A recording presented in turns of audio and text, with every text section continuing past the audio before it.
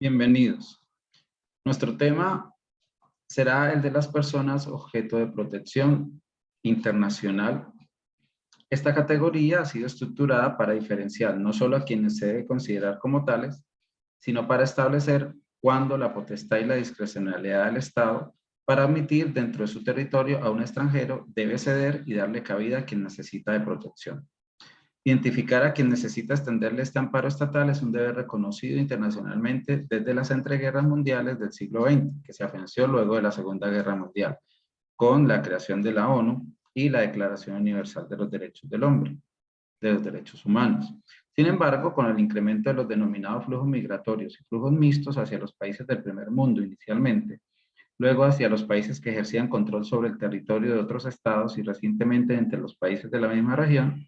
los estados han tendido a debilitar los sistemas de protección internacional, reforzando sus propios sistemas de control migratorio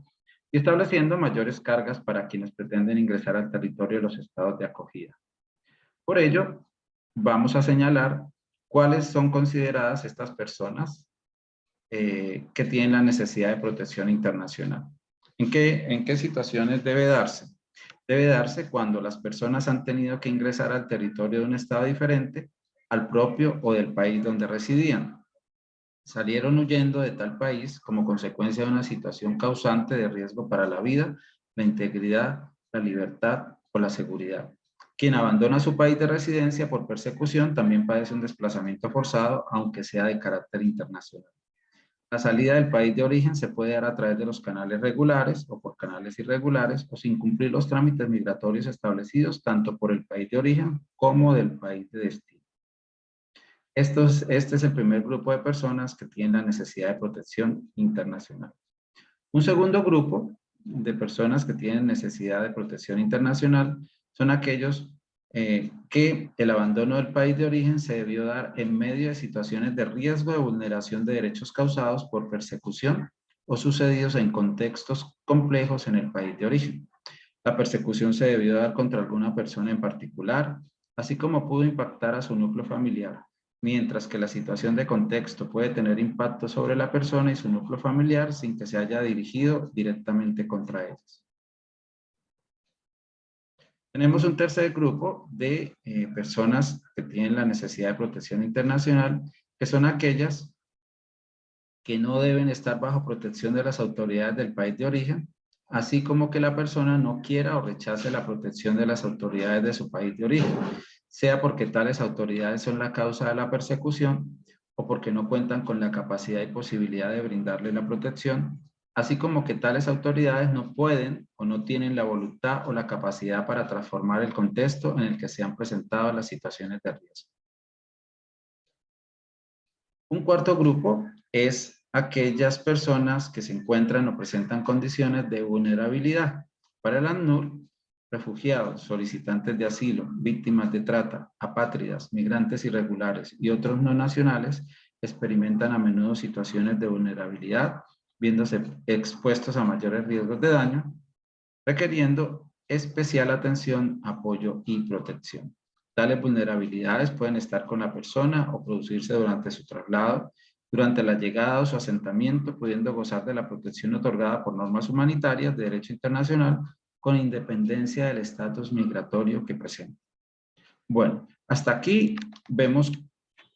4 grandes grupos de personas que requieren de una protección internacional. En resumen, podemos decir que todos aquellos que tienen que salir de su país, bien sea por situaciones complicadas en él, digamos de carácter económico, de carácter humanitario, es decir, que no hay comida, no hay servicios, no hay salud, no hay educación, no hay las condiciones mínimas básicas para poder tener una vida digna, o porque hay situaciones de guerra, o porque hay situaciones de persecución política o en las que su vida corre peligro, o hay situaciones en las que el estado en el que se encuentra no le puede brindar la protección o no está en capacidad de hacerlo, porque de pronto es un extranjero en otro país en donde no tiene la posibilidad de tener la protección de ese país y entonces debe salir de él y ingresar a otro de cualquier manera. Y pues En resumen, también este cuarto grupo de personas son aquellas que se encuentran en condiciones de vulnerabilidad. Refugiados, solicitantes de asilo, víctimas de trata, apátridas, migrantes irregulares y otros no nacionales. Es decir, todo extranjero que haya sufrido pues alguna de estas situaciones también está dentro de la necesidad de protección internacional. Las personas objeto de protección, en resumen,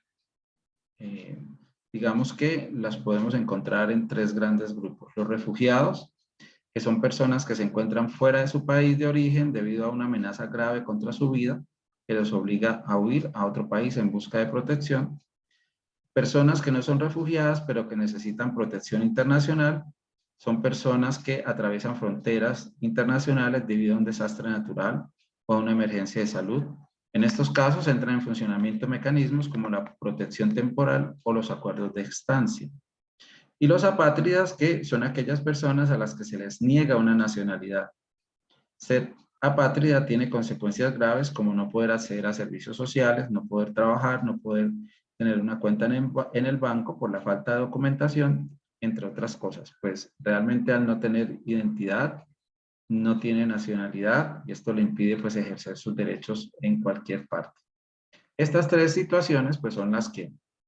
nos pueden resumir cuáles son las personas objeto de protección desde el mecanismo del derecho internacional de los derechos humanos y en nuestro tema específico, los migrantes o aquellas personas que no son nacionales del país y que llegan por diversas circunstancias distintas, digamos, a las cosas normales, como vienen a trabajar, vienen a hacer negocios o vienen de vacaciones, que son las personas que sencillamente ingresan a nuestro país de la manera tradicional o cumpliendo las normas establecidas pues, para el ingreso de extranjeros y estas personas pues no tienen esa necesidad de protección. Obviamente pues los amparan los mismos derechos que a todos, pero estas personas de las que hemos hablado, estos tres grandes grupos de personas, de manera especial, bajo la luz del derecho internacional, son objeto de protección.